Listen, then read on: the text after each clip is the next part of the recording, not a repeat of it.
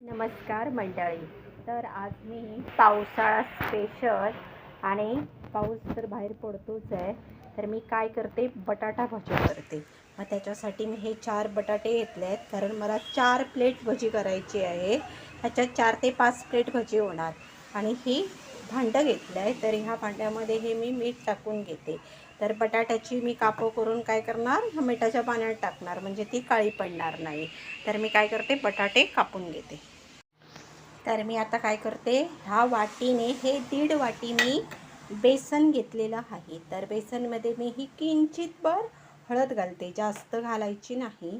हे थोडंसं मीठ घालते, कारण मी बटाटेसुद्धा मिठाच्या पाण्यात ठेवले आहेत, त्यामुळे खारट होण्याचा संभव असतो. आणि हा जरासा ओवा घालायचा, म्हणजे काय आपल्याला ते जे हे बेसन असल्यामुळे ते बांधणार नाही. तर हे पाणी घालून आता हे बॅटर बनवून घ्यायचं, मिक्स करून घ्यायचं. तर मी आता काय करते, मिक्स करून घेते. तर हे बघा, जास्तसुद्धा पातळ करायचं नाही, तर हे असं ह्या कन्सिस्टन्सीचं आपलं बॅटर पाहिजे. हे बघा, एवढं पातळ बॅटर पाहिजे. तर आता हे भजी तळायला मी इकडे कढईमध्ये तेल ठेवलं आहे. तर ना, हे असं पुढचं तो कापून टाकायचं आणि एकदम साईजने असे हे बटाट्याचे आपण कापं करून अशा प्रकारे ना हे कापं करून घ्यायचे. तर हे बघा, मी ह्याच्यामध्ये ही अशी कापं करून घेतलेली आहे. ते बघा, ह्या साईजची कापं करायचे अशा प्रकारे. तर हे मी इथे बटाटे मिठाच्या पाण्यामध्ये कापून ठेवलेले आहेत बघा, ह्या साईजचे. मला हे आता 4 ते म्हणजे 10 जर हे पकडले तर एक 4 प्लेट ही भजी होणार आहे. तर हे मी बॅटर करून घेतलेलं आहे बेसनचं. आणि हे इकडे तेल तापत ठेवलेलं आहे. तर आपलं तेल तापलं आहे, जास्त पण कडकडीत तापवायचं नाही. तर ह्यातला हे 1 चमचा तेल मी ह्या बॅटरमध्ये घालते, 2 चमचे तेल घालते. म्हणजे काय होणार, आपल्या भज्या ज्या आहेत ना त्या कुरकुरीत होणार. आणि हे असं व्यवस्थित मिक्स करून घ्यायचं. हे बघा, जसं आपण केकचं बॅटर करतो ना, तसं हे बॅटर करायचं. तर आता हे असं मी मिक्स करून घेतलेलं आहे व्यवस्थित. तर ह्याच्यामध्ये तुम्हाला हवं असेल तर तुम्ही सोडा पण घालू शकता, म्हणजे काय आपले भजे टम्म फुगतील. तर मी काही सोडा वगैरे घालणार नाही, कारण तो आपल्या शरीराला काय बरा नसतो. तर आता काय करायचं, हे एक पीस बटाट्याचा ह्याच्यामध्ये टाकून एक हे म्हणजे आत कढईमध्ये सोडून घ्यायचं.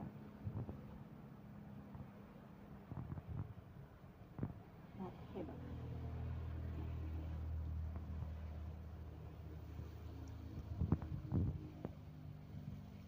तेल जास्त पण कडकडीत ठेवायचं नाही, नाहीतर काय होणार, आतमधला जो बटाटा आहे, तो बटाटा हा आपला कच्चा असतो, तर तो शिजणार नाही. आणि वरचं जे बॅटर आहे ना, ते फक्त लाल लाल होणार, म्हणजे ते जळणार. म्हणून गॅस मध्यम ठेवायचा, एकदम पण कडकडीत असं तेल करायचं नाही.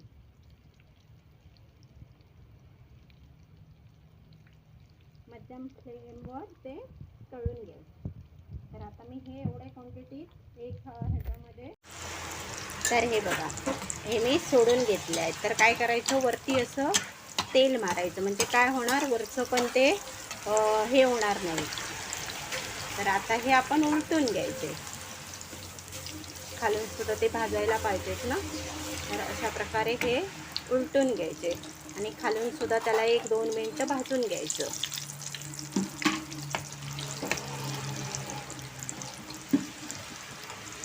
तर हे बघा, मी हे सुद्धा आपलं सोडासुद्धा न घालता आपले भजे कसे टम्म फुगले आहेत बघा, कारण आतमध्ये मी ते कडकडीत तेल घातलं, म्हणजे आपले जे हे भजे आहेत ना, ते कुरकुरीत सुद्धा होणार आहेत. तर मंद गॅसवर, म्हणजे हे मध्यम नाही आहे, मिडियम गॅस आहे हा. मिडियम गॅसवर हे अजून एक 5 मिनिटं, म्हणजे हे जे आपले तेलाचे बुडबुडे येतात ना, ते बुडबुडे बंद होईपर्यंत ते भाजून घ्यायचे. म्हणजे काय होतं, हे आतमधला जो बटाटा आहे ना, तो पण व्यवस्थित शिजतो. तर हे बघा, हे आपले कसे आता हे भजे पूर्णपणे भाजलेले आहेत असे लाल लाल झाले म्हणजे समजायचे. त्याचे जे बुडबुडे येतात ना ते बुडबुडे येणं कमी झालं ना की समजायचं म्हणजे आतमधला जो बटाटा आहे तो पण चांगला शिजलेला आहे.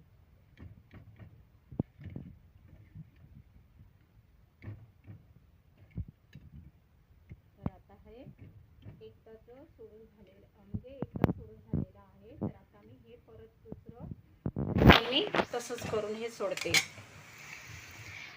तर हे बटाटे आहेत ते थोडेसे इकडे बेसनच्या खोळामध्ये घालायचे. बटाटे मी मिठाच्या पाण्यामध्ये ठेवलेले त्यामुळे काय झालं तर ते बटाटे आपले काळे पडले नाही आहेत.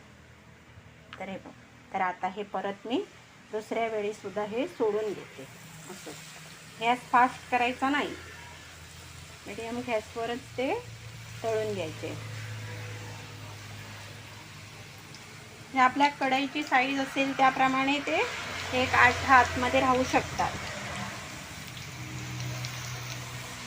मोठी कढई असली तर सगळे कसे एकदम पण होऊ शकतात.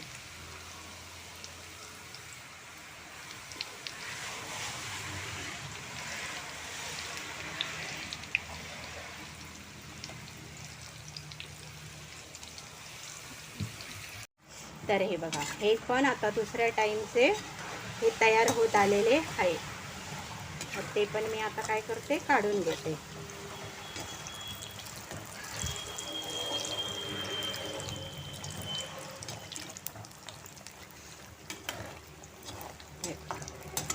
कारण हे ना व्यवस्थित शिजायला पाहिजे, नाहीतर काय होतं वरचं हे जे वरचं जे कोटिंग आहे ते लाल होतं म्हणजे पटकन ते जळून जातं जर आपण मोठा गॅस ठेवला तर, आणि आतमधला बटाटा तसाच कच्चा राहतो.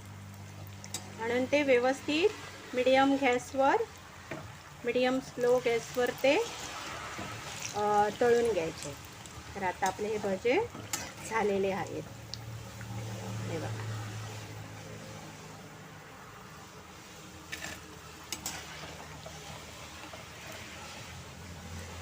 तर मी हे काढून घेते आणि अजून एकदा परत हे बघा हे जे आहेत ना ते मी सोडून घेते. तर ह्या बघा ह्या आपल्या भज्या ना तळत आहेत. तर ह्या एवढ्या भज्या मी काढल्या आहेत.